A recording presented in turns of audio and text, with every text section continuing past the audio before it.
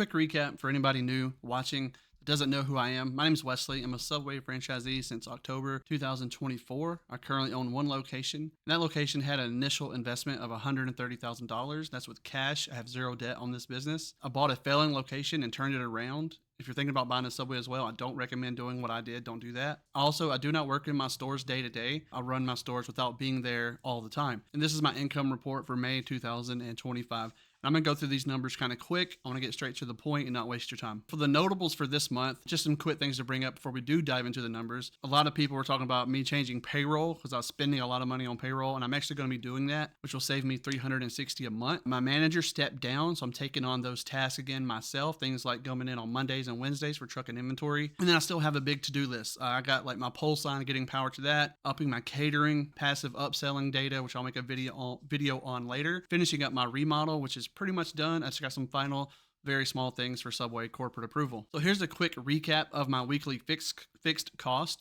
These numbers are broken down on a 52-week period, so that way I can get the most accurate data for the entire year. You can go through the bullet points here. I won't go through all of them, but my grand total for my weekly cost to run this store is $1,242. For May payroll, my total payroll spent this month came out to $7,776.27.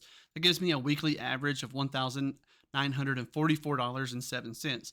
Our labor goal every time to average out for the whole month is about 15. So we're a little bit above that, hitting about 16.34%. Not mad at that. That's still good. The best way for us to actually get that number down was just to be not to cut hours or anything like that for anybody, but for us to increase sales. My cost of goods total for this month, we spent a total of $10,241.49. That came out to $2,560.37 per week. Our cost of good goal is always 28%.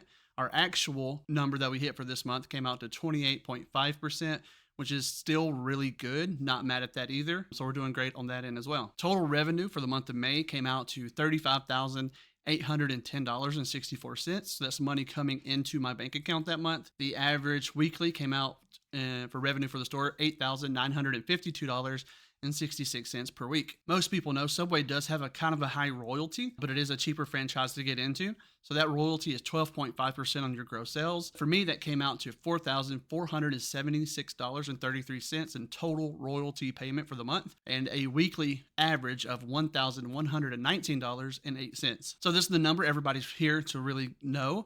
The business profit came down to $4,779.83 for the whole month. And then total profit is $7,279.83. Now, the difference in these two numbers is because of the way that I pay myself. I'll go ahead and display both of these on the screen, but I do not consider my personal pay as part of the business profit. I separate the two.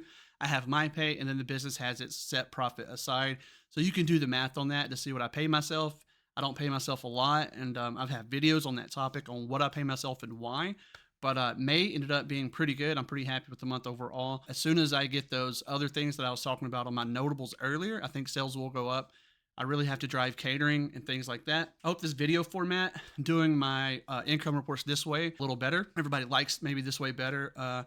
For how I can display all the content and all the numbers. And going forward, I plan on using this format to also display even more detailed data on the back end of Subway and how a lot of things work. So yeah, that'll be interesting to see, like just for example, when I put up an ad or a certain paper in the store at doing some passive upselling that I'm calling it, what's the before and after results of that, and seeing the percent increase. I can pull in those numbers and get very detailed and gritty into that. And I think displaying it this way would be very interesting just to see the small changes you can make to increase the sales of your business. That's it for this video. I hope you liked it. Catch you in the next one.